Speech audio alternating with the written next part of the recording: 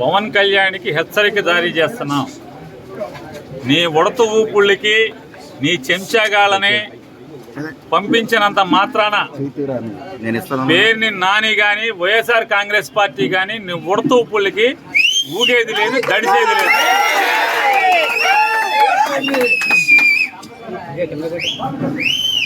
రాజకీయాల్లోకి సినిమా నటుడై 4 డ్యాన్స్లు వేసి నువ్వు వచ్చి నీ ఇష్టానుసారం ఎవరిని పడితే వాళ్ళని నోటుకొచ్చినట్టు మాట్లాడచ్చు.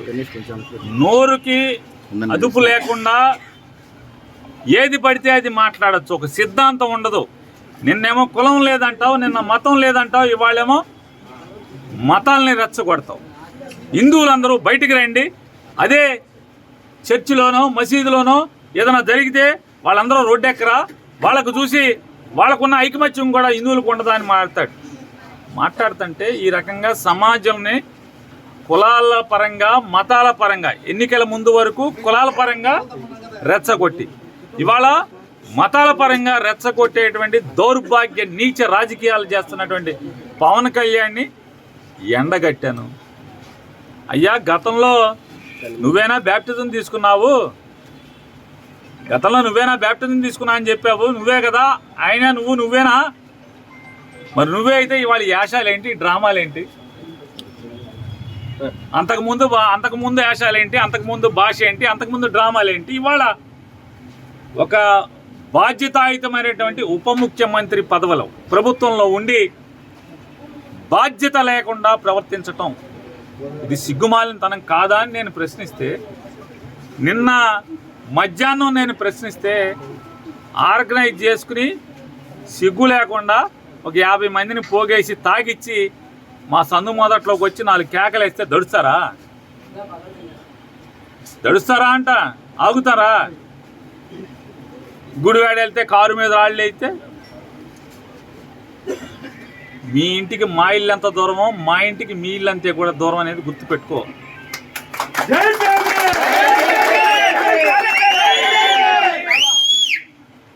రెచ్చగొట్టి ఆర్గనైజ్ చేసి తాగిచ్చి తాగుబోతుల్ని కిరాయి రౌడీల్ని మా సందు మొదట్లో కూర్చోబెట్టి 4 అరుపులు అరిస్తే నువ్వు వాళ్ళు డౌన్ నాని అంటే ఈ మా వాళ్ళందరూ కూడా 400-500 మంది, నీ దగ్గర 50 మంది ఉంటే వాళ్ళు 400-500 మంది చేరారు, డౌన్ పవన్ కళ్యాణ్ అన్నారు. సిగ్గుపోయింది నీకే కదా. మా ఇంటికి వచ్చి మాతో తిట్లు తిన్నది నువ్వే కదా. నువ్వు డౌన్ ఒకసారి అంటే మా వాళ్ళు 100 సార్లు అంటారు డౌన్ అని. అలాగే మచిలీపట్నం పోలీసులకు కూడా హెచ్చరిక చేస్తున్నాం. ఈ రకమైనటువంటి తప్పుడు ఉద్యోగం మీరు చేయటం మొదలు పెడితే ఖచ్చితంగా బందర్లో హింసా రాజకీయాలు మొదలవుతాయి. పిల్లిని కూడా గదిలో పెట్టి కొడితే తిరగబడి ఒళ్ళంతా పీకుతుంది. మేము శాంతి కాముకులమే అవ్వచ్చు, అయినంత మాత్రాన ఈ రకంగా ఇళ్ల మీదకి రౌడీల్ని, కిరాయి మనుషుల్ని, తాగుబోతుల్ని తాగిచ్చి పంపించే పరిస్థితి వస్తే నీకు 50 మంది ఉంటే మా దగ్గర 100,000 సంఖ్యలో ఉంటారు. పోలీసుకు కూడా చెప్తున్నాం, ఈ రకమైనటువంటి సంస్కృతే మీరు పెంచి పోషించి 50 మందిని తీసుకొచ్చి మీరు వెనకాలే పరిగెత్తుకొచ్చి వాళ్ళని పంపించి వెనకాలే మీరు పరిగెత్తుకొచ్చి వాళ్ళనేమి మేము కొట్టకుండా మీరు కాపాడినంత మాత్రాన్ని ఎన్నాళ్ళు జరుగుతుంది ఇది? మీరు పోలీసులు కనుక కాకి ఉద్యోగం చేయకపోతే బందర్లో ఏం జరిగేది జరుగుతుంది, దడవాల్సిన పని లేదు. ఏమవుద్ది అంటున్నా. తప్పుడు రాజకీయాలు కట్టిపెట్టమని చెప్పి పవన్ కళ్యాణ్కి హెచ్చరిక జారీ చేస్తున్నాం. కాషాయ బట్టలు కులం అయిపోయింది. కాషాయ బట్టలు దేనికి? కాషాయ బట్టలు ఎవరిని మోసాలు? కాషాయ బట్టలు ఏంటి, దాని పేరు ఏంటండి, దీక్ష ఏంటి, కింద చెప్పులేంటి, రాజకీయాలు ఏంటి?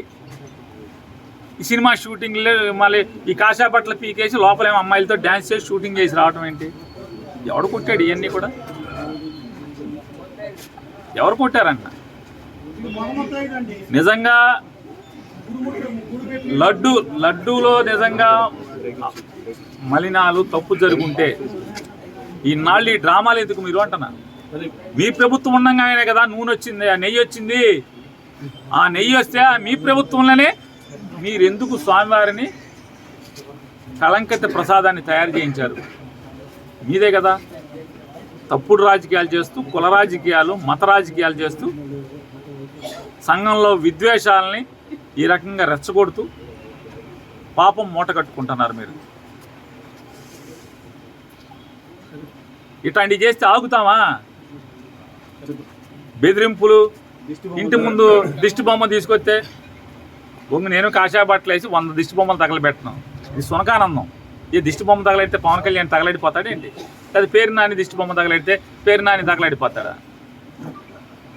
మరి వ్యక్తిత్వాన్ని మెయింటైన్ చేయాలి.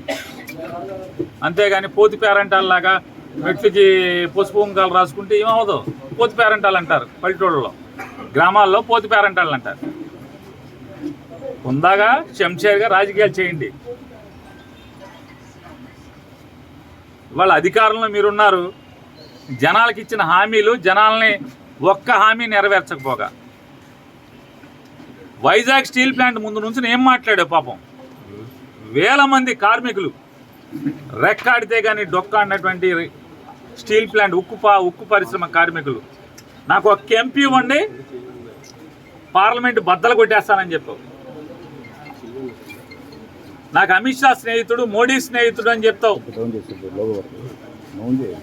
వాళ్ళ స్టీల్ ప్లాంట్ అమ్మేస్తుంటే నీ దగ్గర 2 ఎంపీలు, నువ్వు ఉప ముఖ్యమంత్రి, ప్రభుత్వం ఉంది, ఒక రాష్ట్ర ప్రభుత్వం ఉంది, నీ మీద ఆధారపడి కేంద్రం బతుకుతుంది. కానీ నువ్వు కానీ చంద్రబాబు నాయుడు గారు కానీ మీ ఇద్దరు స్టీల్ ప్లాంట్ ఊసెత్తుతున్నారా? మాట్లాడుతున్నారా? ఆటికి చేసుకోండి ప్రాయశ్చిత్తాలు. పాపాలు చేశారు కదా, స్టీల్ ప్లాంట్ కాపాడుతానని సొల్లు కబుర్లు చెప్పారు కదా, ఆటికి ప్రాయశ్చిత్తం చేసుకోండి. లేదా ప్రజలకి హామీలు ఇచ్చారు, హామీలకి ప్రాయశ్చిత్తం చేసుకోండి. 100 రోజులు అయిపోయింది, మీరు వచ్చి 4 మాసాలు, 120 రోజులు అయిపోతుంది. 100 రోజులు మీరు అధికారంలో కులుగుతూ, పవన్ కళ్యాణ్ గారు ఎన్నికల ముందు చెప్పారు, నేను గెలిచిన 24 గంటల్లో సుగాలి ప్రీతి చావు మీద, లేదా అమ్మాయి కనపడలేదో చచ్చిపోయిందో, అమ్మాయి మనిషి కనపడతలేదు, ఎఫ్ఐఆర్ కేసు కట్టిస్తానన్నారు. 100 రోజులైంది, ఏది సుగాలి ప్రీతి కేసు ఏమైంది? 2014 నుంచి 19 మధ్య చంద్రబాబు నాయుడు గారి యొక్క ప్రభుత్వంలో 2017లో సుగాలి ప్రీతి మాయమైతే, ఆ అమ్మాయి అదృశ్యమైతే, ఆ తల్లి ఆ రోజు 2017లో నీ ప్రభుత్వం ఉన్నప్పుడు అదృశ్యమైతే కన్నీరు మున్నీరుగా రోధిస్తుంటే, జగన్మోహన్ రెడ్డి గారి ప్రభుత్వం ఉన్నప్పుడు డ్రామాలు చేసి ఎన్నికల్లో సుగాలి ప్రీతి కేసు ఎఫ్ఐఆర్ కట్టిస్తానని చెప్పిన పవన్ కళ్యాణ్ గారు ఉప ముఖ్యమంత్రిలో పదవిలో కులుగుతూనే సరిపోతుంది తప్పితే సుగాలి ప్రీతి కేసు ఏమైంది? 30,000 మంది ఆడపిల్లల్ని ఇంటికి తెస్తా అన్నారు. ఏ ఆడపిల్లని తీసుకొచ్చి ఎవరికి అప్పచెప్పారు? ఎన్నికల ముందు మాట్లాడారు కదా, జగన్మోహన్ రెడ్డి గారి ప్రభుత్వంలో 30,000 మంది ఆడపిల్లలు మిస్ అయిపోయారని, నేను వస్తే వాళ్ళందరినీ ఇంటికి తీసుకొస్తానని. 100 రోజులైన దాటినా కూడా మీకు ఆడపిల్లలు మీద దృష్టి కలగట్లేదా? ఆ రోజు మాటలు కనపడతలేదా? ఏంటంటే మీ తప్పుల్ని, మీ పాపాలని, మీ మోసాలని ప్రశ్నిస్తూనే ఉంటాం. మీ చిల్లరగాళ్లతో, చెంచాగాళ్లతో తాగపోయించి మా ఇంటి ముందుకి నా దిష్టి బొమ్మ తీసుకొచ్చో, లేకపోతే డౌన్లు కొట్టిస్తేనో, లేకపోతే గుడివాడలో నా కారు మీద రాళ్ళు వేయిస్తేనో తగ్గేది లేదు, ఆగేది లేదు. పవన్ కళ్యాణ్ గారికి గట్టి చెప్ప, నీ చేతన అయితే, చిత్తశుద్ధి ఉంటే, నికాసైన రాజకీయ నాయకుడు అయితే మంచిగా పరిపాలన చేయి. ప్రజలకు ఇచ్చిన మాటలు ఏమి ఇచ్చారో ఆ మాటలు నిలబెట్టుకోండి, హామీలు నిలబెట్టండి, స్టీల్ ప్లాంట్ని కాపాడండి, రైల్వే జోన్ తీసుకురండి. ఇట్లాంటి బోళ్ళని చేయండి. ఎన్నికల్లో బోళ్ళని హామీలు ఇచ్చారు, ఊరూరికి, మా ఊరికి కూడా ఇచ్చారు. బందర పోర్టు అమ్మకానికి పెట్టారని చెప్పి ఊరు వాడ అల్లరల్ల మోతకే ఉంది. బందర పోర్టు సప్పబడిపోయింది, పని చేయట్లా, పని జరగట్లా, దాన్ని అమ్మకానికి పెట్టారు.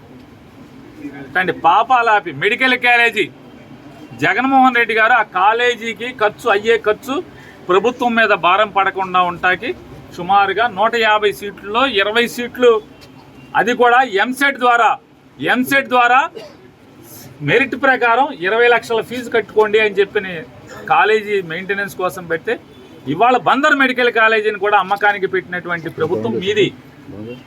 అంటే ఒక ప్రభుత్వ మెడికల్ కాలేజీని ప్రైవేట్ వాళ్ళకి అమ్మకానికి పెట్టి ఆ రోజు జగన్ గారు 20 లక్షల ఫీజు కట్టండి అంటే మీరు అంటే ఆ రోజు ఆక్షేపణగా మాట్లాడిన మీరు ఇవాళ 150 సీట్లలో 75 సీట్లు అమ్మకానికి పెట్టి, అంటే 2 కోట్లకి 3 కోట్లకి అమ్మకానికి పెట్టేలాగా ఒక ప్రైవేటు వ్యక్తులకి కాలేజీని బేరం పెట్టినటువంటి మీ ప్రభుత్వం.